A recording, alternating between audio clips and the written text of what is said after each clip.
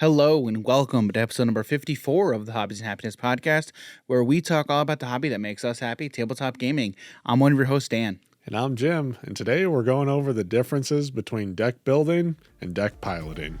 All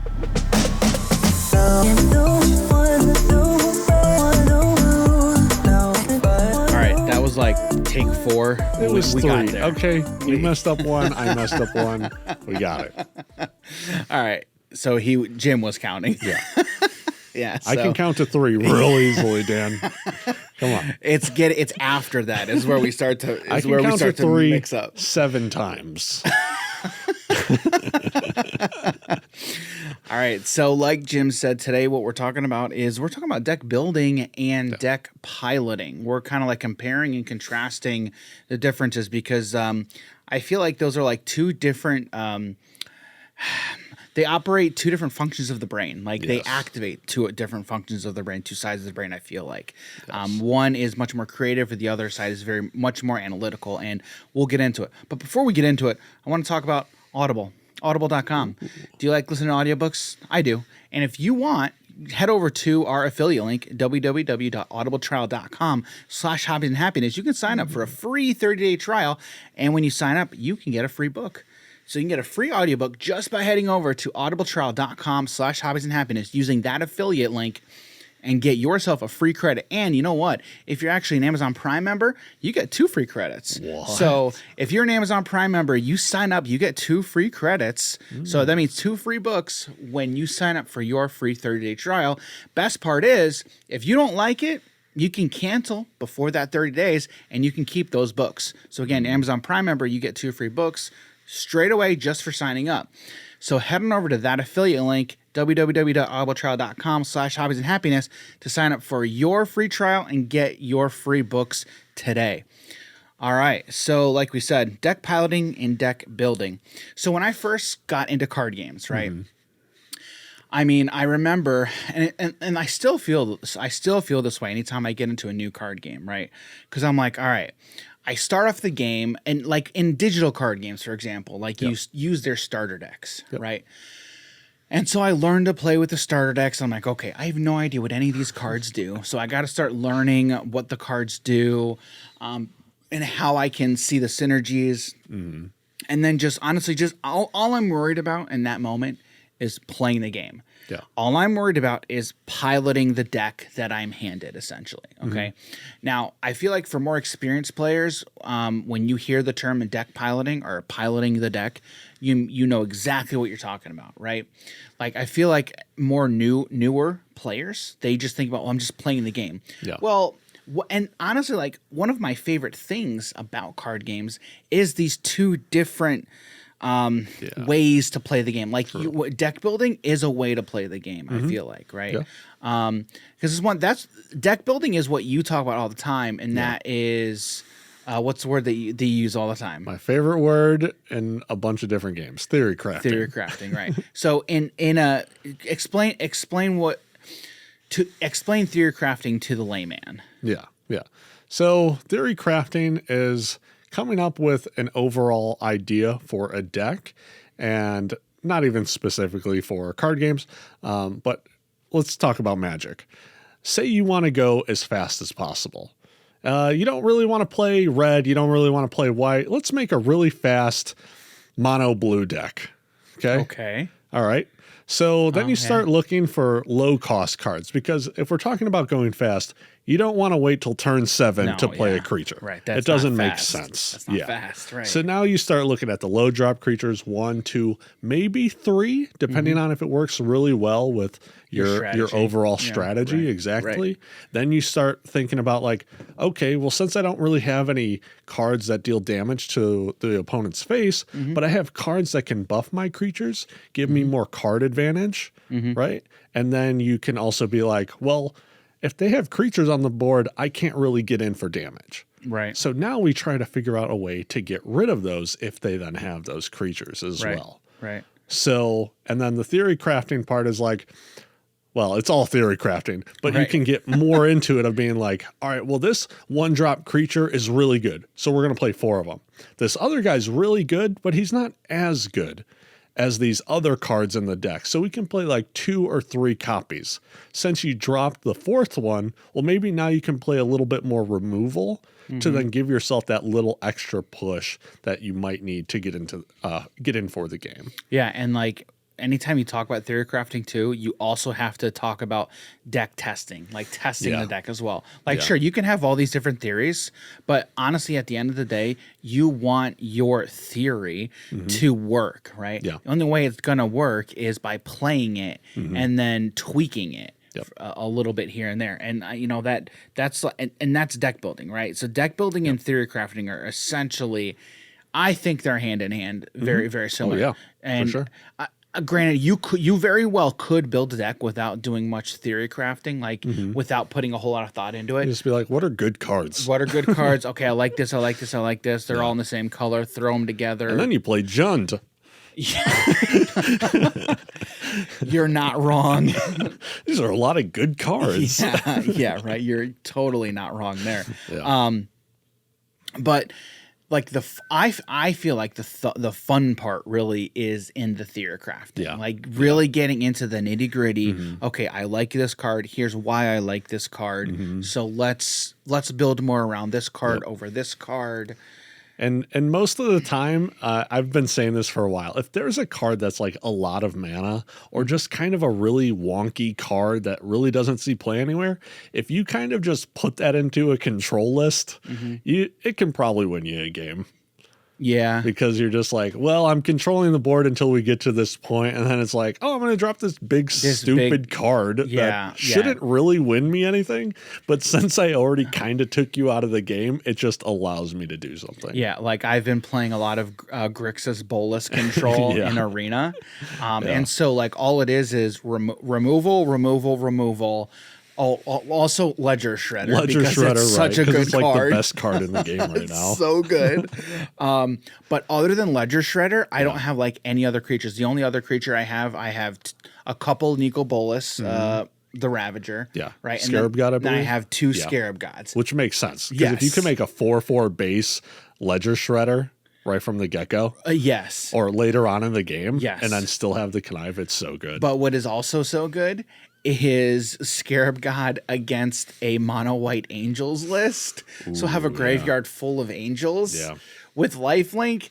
Yeah, that's really, really, really good. True. But like towards a lot of the later stages of the game, mostly my win conditions are planeswalkers, right? So like I've got some Lilianas, and then of course Nico Bolas, right? And so all I really care about is, like you said, I'm controlling the board. Okay, now that my opponent has nothing on board, he has no cards in his hand.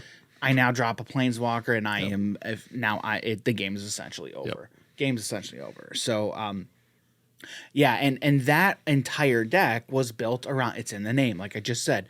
Grixis Bolas control. It's a control deck built around Nico Bolas. 2 different Nico Bolas cards, right? And so like that's a perfect, like that's a Ravager deck built around a God Pharaoh, I believe. Nico Bolas, Ravager, and then Dragon God yeah. from War of the Spark. Okay. I was thinking of a different one. Right. But the Ravager flips over to the Risen, I think, something like that. Yeah. I believe so. So again, deck building. There's always that theory crafting element in there as well. All right, so now let's touch on deck piloting, right? Deck piloting it's basically how you play the deck, right? So you can have one without the other, but to be successful with any deck, you need both. Okay, in order to pilot a deck successfully, you need to know the theory, the strategy behind it to begin with. Okay, so you cannot effectively pick up a deck from the ground and then just start playing it without knowing what the overall strategy is. I've done this many times, especially first getting into it. First getting into any card game is okay. Here's a deck. And if you have no information on how the deck plays, you're you're driving blind, essentially. Piloting is a very, very good word. My first Murktide game, I had no idea. I was playing it like it was an aggro list. Yeah, and it's not how you play it. An aggro list. It's a control list. Yeah, it's 100% a control list. Very good control list, but definitely mid range. You can you can take like the best deck in any format for any game, and then just completely destroy it because yeah. you're not playing it the right way. Yeah. I mean, Jim's done it. I've done it. Yeah. I'm sure we all have Everybody's done it, right? Because again, there's where you're not piloting it correctly, right? So you need to know what's the strategy of the deck, and then how do you play it successfully, right? So again, I've said this before. I'm going to continue saying this. Like, we love card games. I love card games, and this is a perfect example of, like I said, multiple ways of approaching any card game, any card game to which. Because with theory crafting and deck building, right, you have the opportunity to take all of these cards, bring them together, and then build whatever kind of deck you want, okay? And then there's that's like part one, step one. And then there's the going into and playing the deck, okay? Now, let's look at a game like Marvel Champions and Arkham Horror. It does both very successfully. That is a game to where it just provides you cards, and there's even in the rules books, it's okay. Step one, build your deck. Like, I love it when card games do that. They're like, all right, first thing you got to do, build your deck. Decide what kind of deck you're going to build. Build that deck. And like, it's also fine for games that just provide you a deck, right? But then we're just talking about piloting, right? But for Marvel Champions, okay, here's the puzzle. The puzzle is the villain, the modular scenario, whatever it is, right? Yeah. So build your deck accordingly.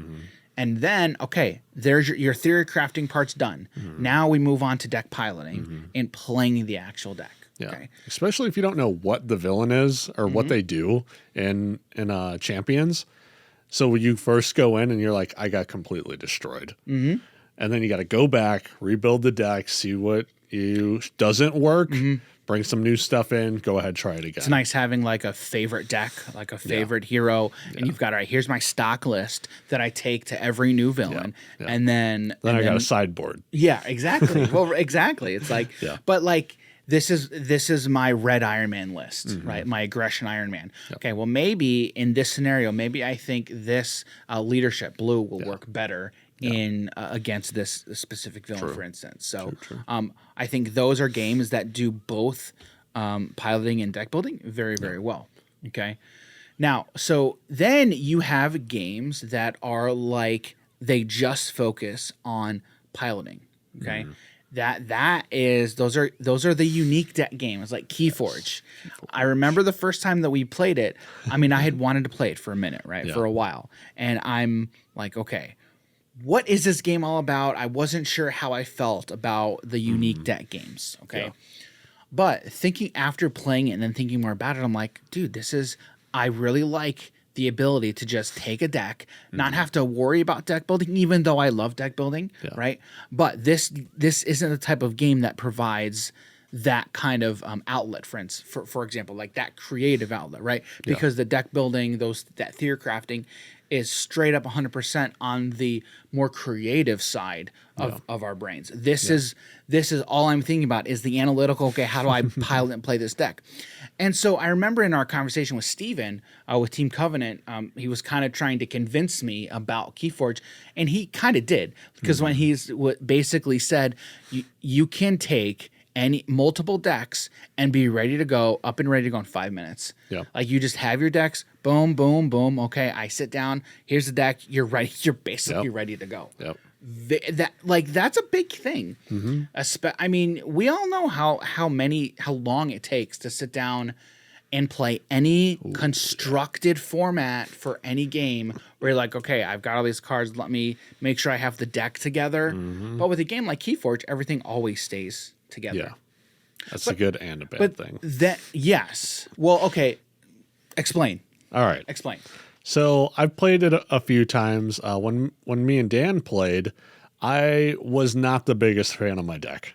Oh, your deck? Yeah. Yeah. I was like, and I know you can't change it. It's all unique stuff. I get it. I understand the concept of it, but I don't even think it's so much of that. I've been in the game for so long that I just enjoy deck building, because I still like net decking and it's just piloting a deck, right? Right. Not even building it at all. Yeah. Well, and we'll definitely talk about net decking too, for sure. Yeah. But it was just that The cards I don't think worked well with each other.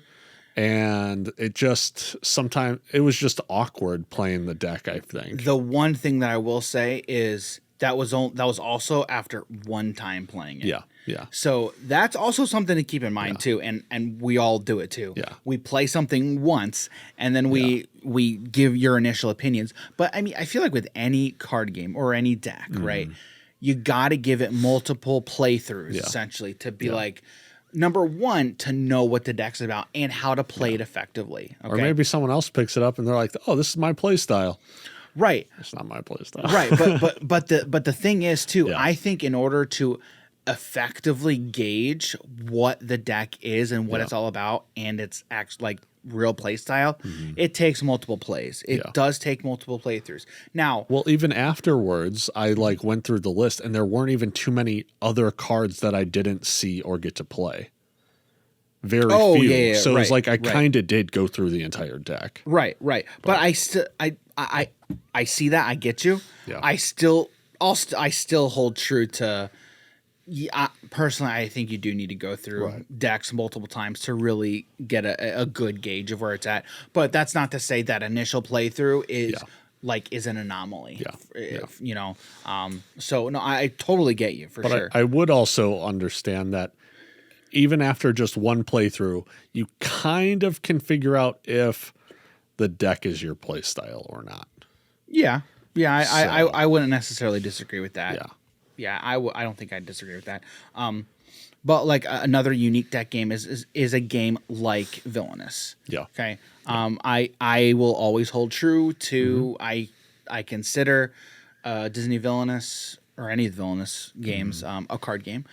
It's a different type of card game, but there are other elements. But I still think at its core and its heart, it is a card game. Oh yeah. Very much like Keyforge in that it is a unique deck game, right? And then you have certain villains that you play and you're like, okay, there's a play style here. Yeah. Some of them I love. Yep. Some of them not so much. Some of them not so much, exactly. Not a big fan of Cruella.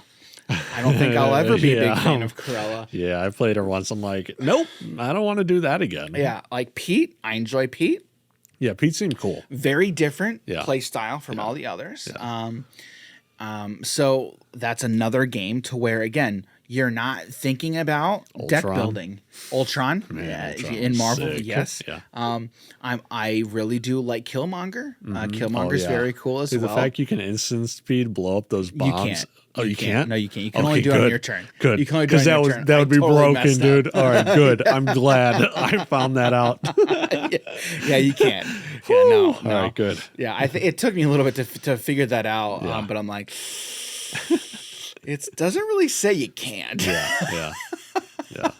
It doesn't say you can't. It was buried in some BGG post. I'm pissed you said that. Of course it was. Don't hate me. Oh, man. But anyway, like that's another good example, I think, of a game where you're just focused on deck piloting, right? Yeah. And so knowing Jim for as long as I have now, anything that's just about deck piloting, when you're talking card game, he will play, but he would much rather do something to where there's deck building, more of a deck building aspect to it. Sure. Unless like the piloting, like what you're playing, is that hook is really, really good. It's like just your play style. A couple of the decks I just loved, and I'm like, I will play this more and more. And more. Right. And that's the thing with those unique deck games. It's finding that deck that you really love. Because I mean, just like anything, like you find something that you love, you're gonna hold on to it, right? Oh, especially if you could like, kind of customize the decks a little bit. Oh man, I think it would be. Are you talking about in Villainous? Specifically? In Villainous. Okay. If you could change up the decks a little bit, say they gave you like a few generic cards that everyone could use or something like that, or they were like, oh, here's 60 cards for every specific person. Pick 30. Something along those lines. I'd be like, man. Have it be like Marvel Champions a little bit to where each villain has their own specific 30 cards or whatever, right? yeah. And then there's 10 cards that you can customize to your liking, for instance, that would work in every situation. Yeah, right? exactly. Then I'd be like, okay, what am I going to do? I'm going to pick Queen of Hearts, get rid of all the like super high cost stuff. So when I take the shot, I literally can't fail. Yeah. So just rush that. Yeah. And then had some counter spells. Oh, yeah. All right. I don't think counterspell would be in the game, Dan. The closest one is like Lady Tremaine's I get to pick the fate. Yeah, I love Lady Tremaine. Yeah. Lady Tremaine she's so good. I think she's like got to be my favorite. Really? She's probably got to be my favorite. Holy cow. I think so. Okay. Because every time I've played her, I just have so much fun. Yeah. And she's got all the conditions. Yeah. Yeah. I'm trying to think of other characters that I've had as much fun as than I have with Lady Tremaine. And I don't like Dr. Vasilier is cool. Yeah, I like him, but I've had more fun with Lady Tremaine, I feel like. Evil Witch I liked. Oh, Evil Queen? Yeah, Evil Queen. Yes. Oh, I love Yeah, playing Evil Queen was cool. Evil Queen was cool. Yeah. And then we'll have to do a Rapunzel's rematch. person? We have a Mother Gothel. Yeah, her. She was fun too. Yeah. We'll have to do a rematch of Lady Tremaine and Evil Queen. Because that one, like, I can play Lady Tremaine no problem. I enjoy playing Lady Tremaine. Yeah. And I know you like playing Evil Queen. Yeah, she's cool. Those ones are pretty cool. Poison counters, man. Yeah. Yes. But like that's another thing, like, is new mechanics. Like anytime there's a new or different mechanic that you haven't seen in something, it always makes it a little more interesting. True. For sure. So that's cool. Okay, so now I kind of want to touch on net decking a little bit. So we did an entire episode all about net decking. But it falls into this. But it 100% falls into it, and it straight up it's piloting. Like net decking is all about just finding something and then just piloting to perfection, essentially. So, and that's why I love net decking too, as well, because it's like I don't have to worry about, and deck building takes time. Yeah. It takes a lot of time. Yep. And so if you don't have the time that you effectively need to build a good deck, what are you going to do? I'm just going to go find a deck and then just play it. Yeah. Right? Yeah. And there's so much for all of these games. Lord of the Rings, Arkham Horror, Marvel Champions, Magic, all card games, Legends of Runeterra, they all have their different websites that you can go to and find what the meta decks are. Like if you want to get up and going into a digital card game super quick, go to I think it's masteringruneterra.net or something like that. There's a site, obviously, like with any of these card games, to where here's what the meta decks are, here's what the top tier decks are. Pokemon, it's Limitless. Yep. Magic, MTG Goldfish, MTG Top 8. There's so many. There's a couple. Yu-Gi-Oh! Yu-Gi-Oh! Doesn't really have one right now. No, they don't? So there was one website that I know of that would like keep up with it, but they haven't really posted anything since early 2001, I believe. Yeah. Wow. It's been a long time. That's crazy. Yeah. I remember it was around February, and then they didn't post anything till like October, and I think they still haven't posted anything. Wow. Yeah. That's crazy. Yeah. That's crazy. Yeah, so net decking is huge, and our thoughts on net decking. If you haven't, go check out that episode. It's great. One thing I do want to add, though, it's not just deck piloting also. So for myself, but I also have a lot of experience. So I'm more so going to look at these deck lists to see what people are playing. And if, say, there's a deck that I really like, but I don't agree with a couple cards, I'm like, that's not really what I want to do with this deck. You can take them out, start putting in other things, and then you can also do a little bit of deck building with pretty much with a shell. Yeah. Yeah. You're right. Yeah, no, you're right. Net decking, there's you can use it for multiple uses. Yeah. I'm like, why is this card even in here? I'm sure there's a lot of people that are like, how did this deck even top? But these cards are right together. But the thing with a game like Magic, for instance, okay, you've got a game that's been out almost 30 years, right? Yeah. What the card pool okay, is massive, right? So you find somebody who has built a, I mean, let's say they're a new standard player, and they built what they think is a pretty good deck. Okay, they've only been in Magic for a few months. Okay, but then you look at their list, and then let's say you're a pretty big standard player. Yeah. You know all of the cards in standard for those particular colors. Yep. You're like, you look at that list and then go, do they not know about this card? This card, it would be insane in a shell like this. Yep. Let's see what I can do with this shell and then tweak it to my liking. Yep. I mean, how many times have you done that with any deck? A lot. A lot. Well, right. So much. Right. Like my burn deck, when I first made it, I was seeing like cards that were being played in it. And at the time, this was like 4 years ago. Yeah. At the time, they were actually playing it as Naya. And I didn't really like the Naya list for it. Not because it had green, partially. But What are you talking about? That's exactly why. it was more so because you only had, or you had a few cards that would be cast with the green. Okay. But you only had one land in the deck that would produce it. Oh, I gotcha. Yeah. Okay. So you'd only have the one, and at that time there was a lot of cards that were able to blow up lands, because I believe at this time Assassin's Trophy also just came out, so more hate towards them. Yeah. Right. Right.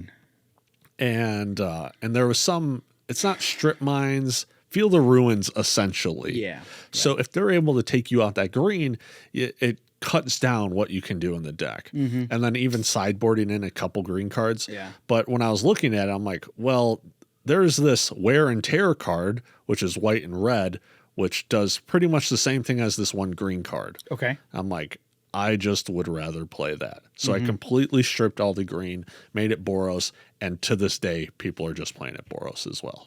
So I'm like, thank you. Yeah. It's the better choice. Yeah.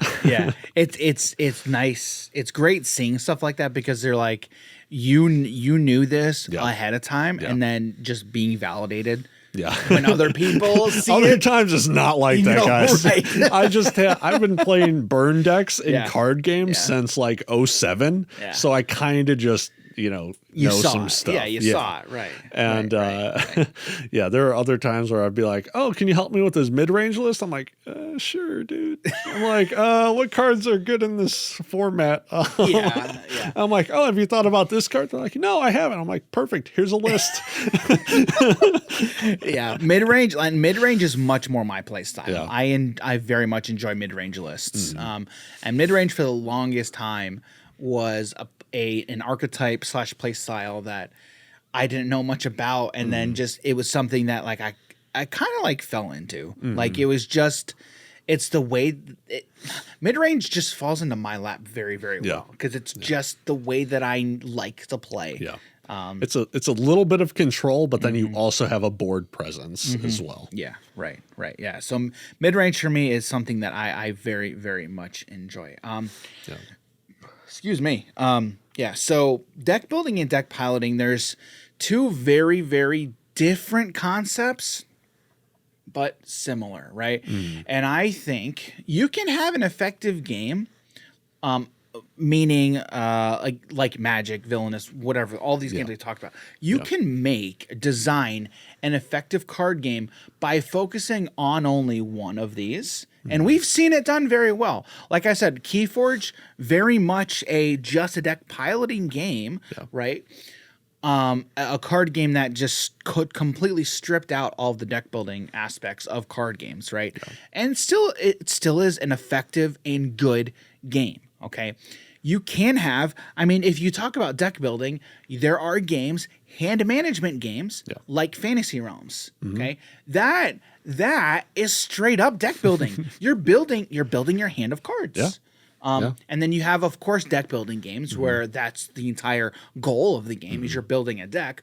But also I 100% throw games like Fantasy Realms and those kind of hand management games. Red Rising is another example. Okay. I don't think I've played that one yet. No, yeah, that's a game that some people have said we need to play.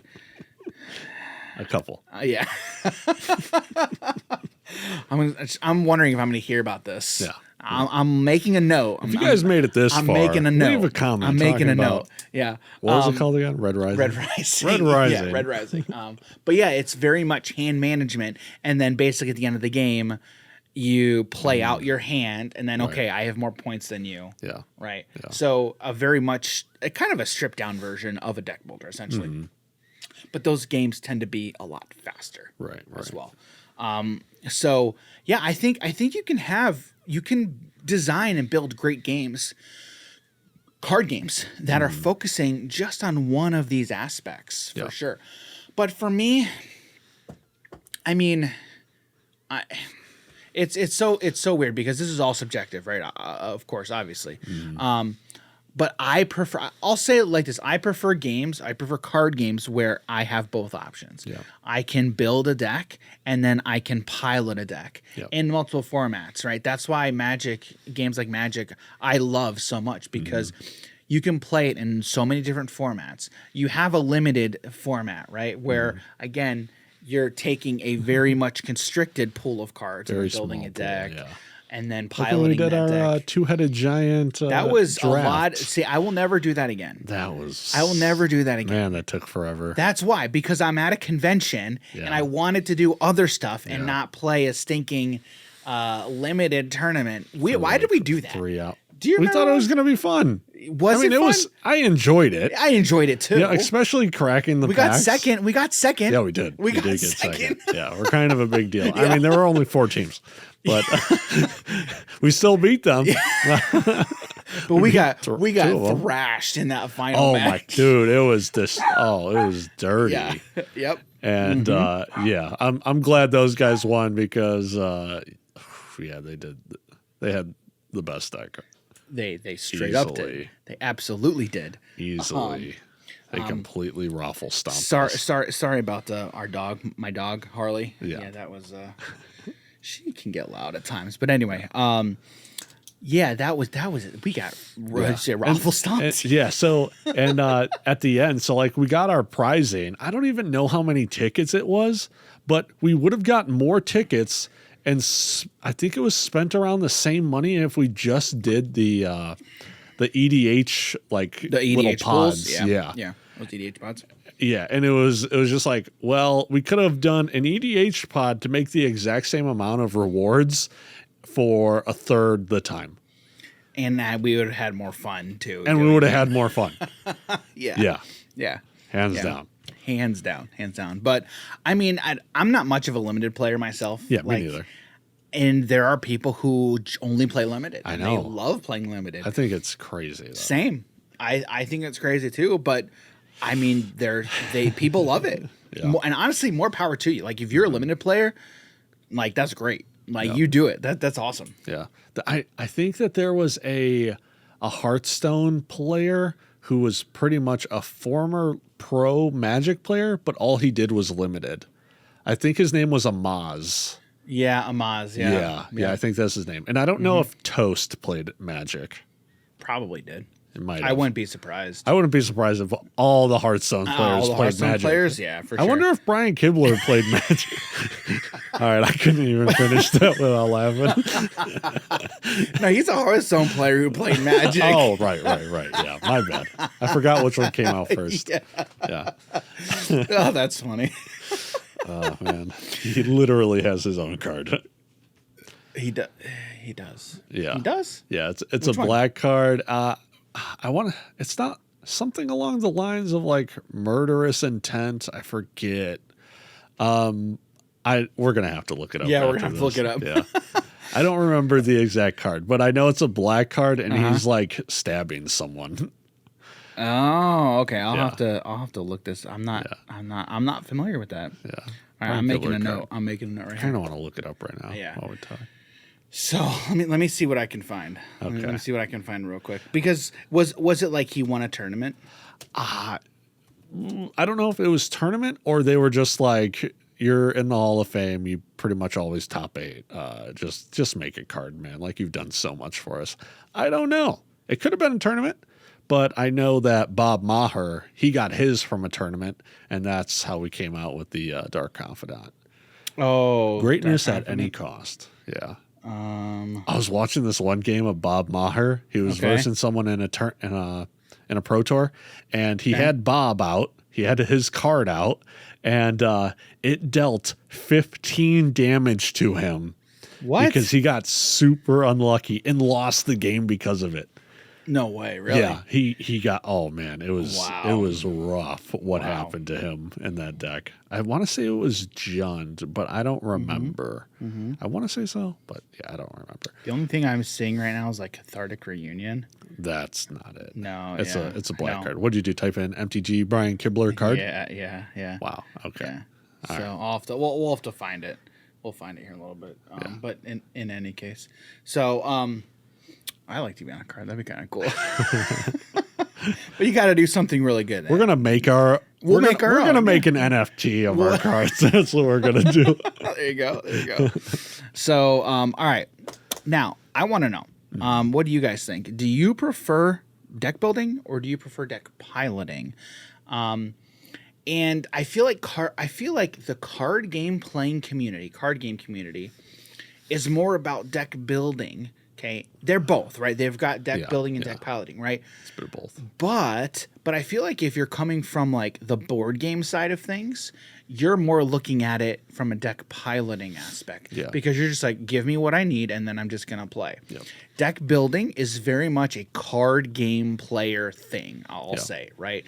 Yeah. From my experience in both communities, right? Because again, I think card games and card game players, we're all a part of the tabletop space, right? But you very much have your card games and your card game players over here, and your board games and your board game players over here, right? You see a lot of again, in my personal experience, I've seen card games and card game players go into more board games and but you don't see it the other way around. I haven't seen a lot of board game players who would classify themselves as people who love and play board games also going into playing card games. Again, card games like Magic, right? TCGs. Right. And then if they do, they have nothing but bad things to say about it, right? And again, normally that's just because that's their style, right? They're looking at what they enjoy, and that's perfectly fine. Like I totally get it. But that being said, that's why I think you have your card games over here, deck building here.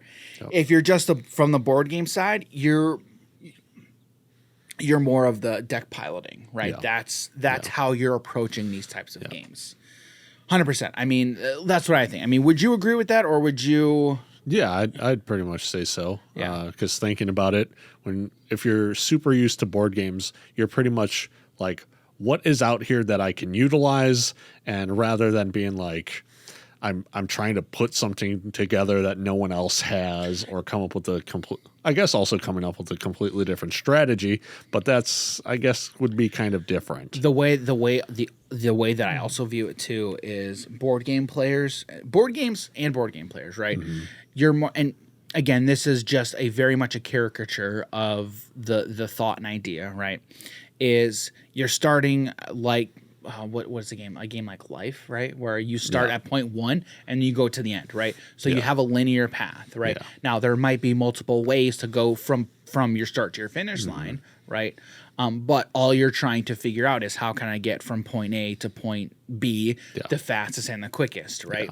Yeah. Now, card games, right, and that mentality is much more a game of chess. Okay, where I'm trying to complete my objective, but also I need to slow down my opponent, and I have to interact with them, and it's much more just a different mentality, and that's all. Especially compared to Life, because I don't think there's like any person interaction. Yeah, right. Yeah. And a lot of board games. I mean, I guess I'll say a lot of board games. Without looking at any sort of any number, right? There's not a ton of player to player interaction, obviously depending on the game, right? But when you're talking a card game, that's very much you're looking at all that interaction, and that's honestly our biggest problem that we have with a game like Disney Villainous, right? It's not. There is very, very little player interaction, right? I'm stopping. I'm interfering with what my opponent is trying to do with my cards, right? With the stuff that I am doing, it's all what my opponent has in their own fate deck, for instance. Right. So, but that's just my opinion on it. Let me know what you think. Like, let me know if you agree or disagree. It would be very interested to know. But that being said, what do you think? Do you like deck building or do you like deck piloting? And what do you like? Do you agree with our comparisons and our contrasts here? Yeah. Let us know what you think and let us know what you prefer. If you're a card game player, do you just prefer, let me find a deck online and then let me just pilot it? Or do you prefer building your own decks and trying to optimize each and every list that you play by tweaking it just a little bit to then be able to pilot it to perfection? I would love to know. Jim, I already know what you like to do. We all know what you like to do. What I say? We know what you like to do. You much prefer building your own decks all the time. Yeah, pretty much. Pretty much.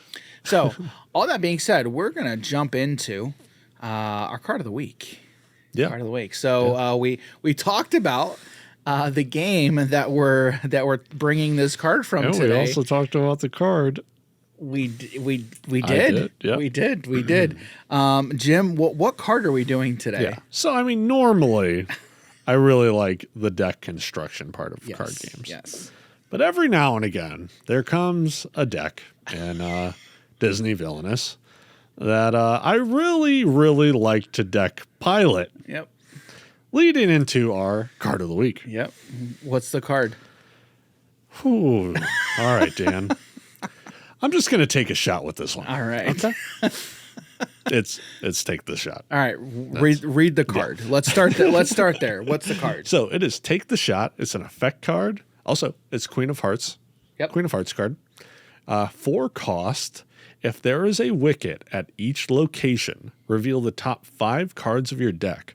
If the total cost is less than the total strength of all your wickets, you may you make the shot and win the game.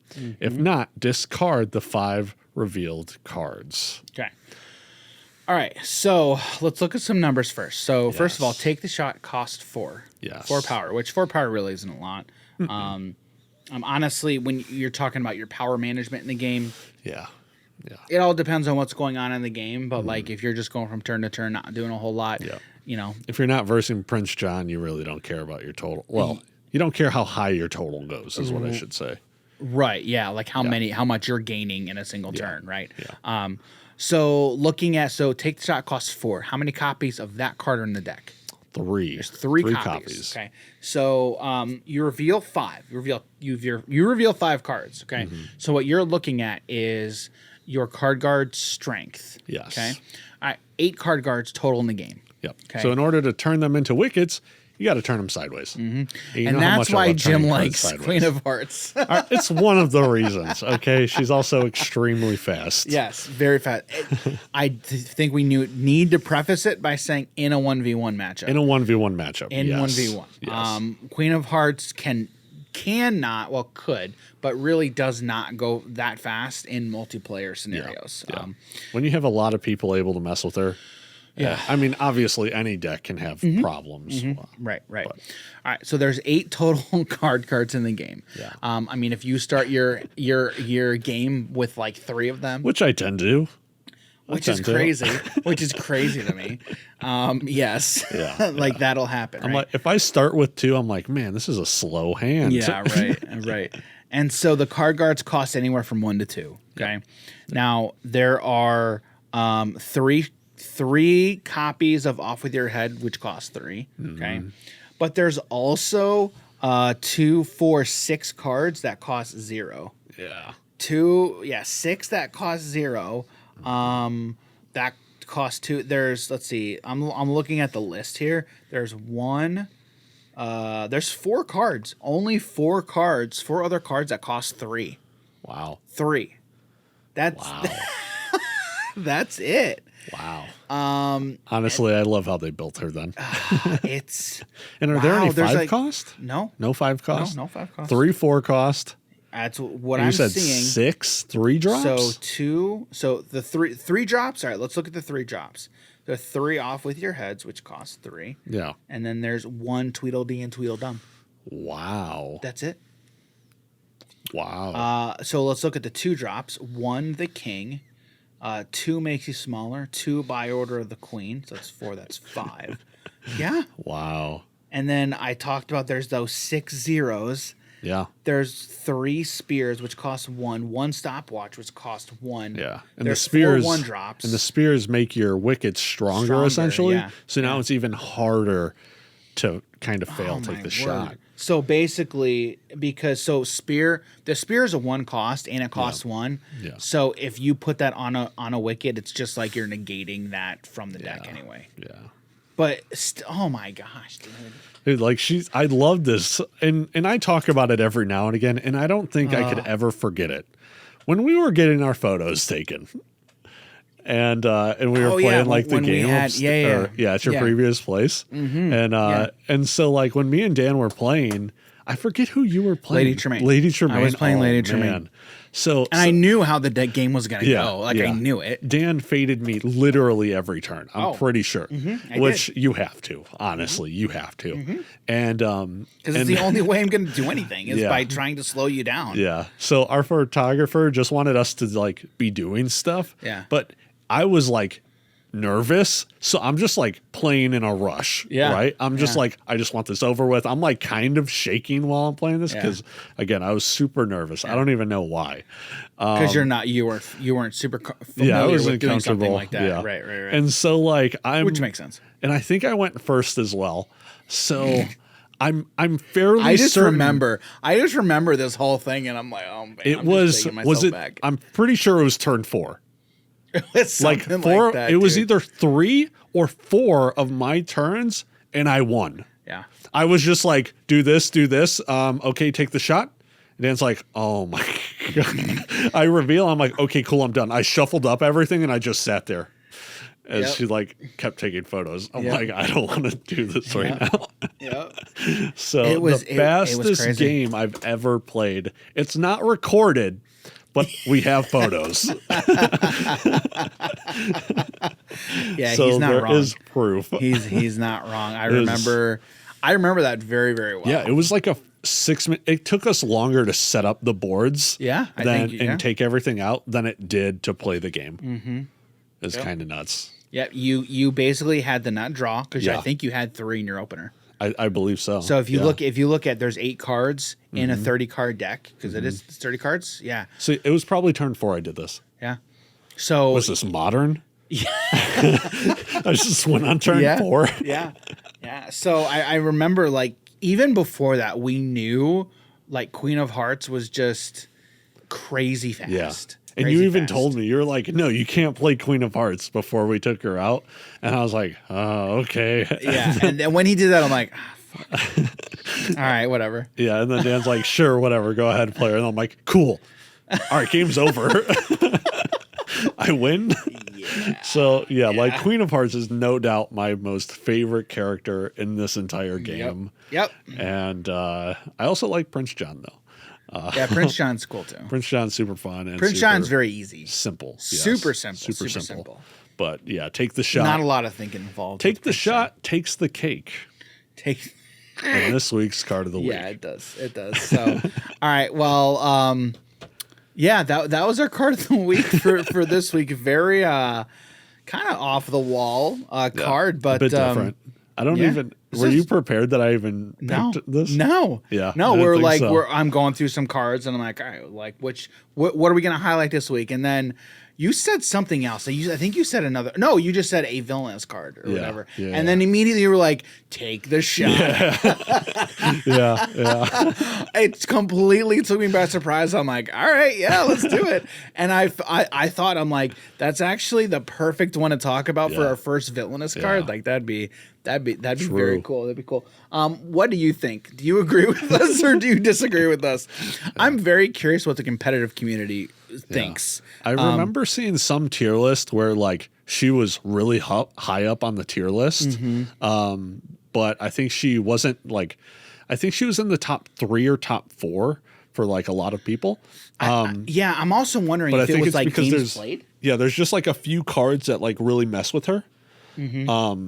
But then like Dr. Facilier was always in top 3. Yeah, Dr. Facilier. Like, he's so Dr. strong, Facilier and Lady Tremaine, I think, were like pretty high. Yeah. But let us know, like, if you're in the competitive community, let us know what you think. Because I've heard people from the community like give mixed feelings about Queen of Hearts. Like some people think she's pretty strong, but some are like, she's okay. Like you can lock her out of stuff. I'm like, yeah, but that's if I don't win before you get to do that. Right. Now, if I really, in a 1v1, it's just so. I feel like if I got to play only Queen of Hearts in like a tournament setting, if I really cared a lot about the game, which I enjoy it, but I don't want to like play it competitively. But if I did, I feel like I would 4-0. 3-0 this tournament, 5-0. I don't even know how many rounds. If you're in the competitive community, you let us know if he would do 4-0 or 3-0. Let us know. Very much let us know because I'm interested. We're gonna get so many people like play me, dude. Play me. Get on Discord. Okay, let's go. Yeah. And I'll just be like, turn 4, I win. Because we've not made a secret to where like we play it, we enjoy it. Yeah. But we don't think it's. We've said this before. We don't think it's a competitive game, but we know that there's a competitive community out there who does play competitively. Great. Yeah. But again, that's why I preface like all of this with that, right? Yeah. Yes, we have our opinions, but also looking at the reality of the situation, there are people who do enjoy who do enjoy it that way, and that's great. Like that's fine. But that's why I say, what do you think? Yeah, and we're more very like interested. Yeah, and I'm sure you guys obviously know we're more mainstream card game competitive players. Yeah, right. But see, then I say that too, and then I find all these other TCG and CCG / expandable card games that are. I mean, and again, we've spoken about this at length in by multiple. Mainstream, the big 3. Yeah, really, like the big 3. But what I was really gonna say was other expandable card games which explicitly like state within the game that yes, this is supposed to be and designed to be a competitive game. And again, we've had that conversation, right? But again, that's not to say you can't play Villainous competitively because you can. Yeah. But yeah, I'm curious to know, would you beat Jim if you just played Queen of Hearts and you're a competitive player? And if so, what would you play? Yeah. Because I'm curious because like I said, we've heard both. Yeah. We've heard it said both ways about Queen of Hearts. Like Dan's favorite character couldn't, but then again, so like because Lady Tremaine, again, from my brain thinking about this, thinking about Villainous, the control part only matters if I fate you. Yeah, I didn't fate you. I was just like boop boop boop boop. Yeah, like those cards, the condition cards, which are specifically looking at that, right? So then I just pitch those cards because I know you're not going to be doing that, right? But then again, the whole thing about Villainous is you're not playing against your opponent. Yeah, you're playing against yourself. Yeah, and that's why I've said this before. That's why I feel like Villainous is very much like Solitaire because. In that scenario, which your opponent is not playing against you, or I'm sorry, not fading you, I should say, then it's all about who can get to their win condition faster. If you can slow down your opponent enough for you to get there. If they're not fading you, you can fade them. Right. But that's why I say it's much more like Solitaire, right? Yeah. When there's not a lot of interaction from your opponent's standpoint. Yeah. So, but again, that's just our opinion. That's my opinion. So. Yeah. Yeah. What do you think, Queen of Hearts? What do you think? Take the shot. Guys, I am not taking up any offers to play against you with Queen of Hearts. I'm just letting everyone know this. Yeah. But I'll say the first time I played this game, I played Villainous. My wife played Queen of Hearts. Yeah. She took the shot like 3 times and didn't get it. When I heard that, I'm like, how?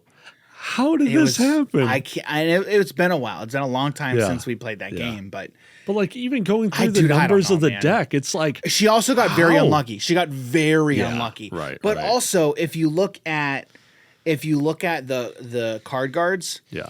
you have 4 card guards that are 2 strength, and and the then other ones 4 are that are 3s, 3. Yeah. Yeah. So if you only have the 2s out, Yeah. True. you know, that's a thing too. True. But when you have so many cards that are 0 cost, I know, man. I mean, she did get pretty unlucky. I remember she did also hit another take the shot. I think when doing that too. Yeah, that happened Yeah. to me the one time. Yeah. I'm like, but I had the second one in hand. I'm like, oh, there's 3. Oh my God. I was so upset, man, when I saw that. Yeah. So, all right. Well, that's the card of the week. Let us know what you think, and let us know if you think there's a better card for Queen of Hearts and Take the Shot. Be very interested to know. All right. Well, that's all we got for this week. Thanks, everybody, for being here. Jim, where can people find you on the internet? Yeah, you guys can find me on Twitter, Twitch, and Instagram at JimMorganHNH. You guys can find me on Twitter at _DG Campbell and on Instagram at Daniel.G.Campbell. You can find Hobbies and Happiness on just about all social media platforms. Head over to our website, www.hobbiesandhappiness.com.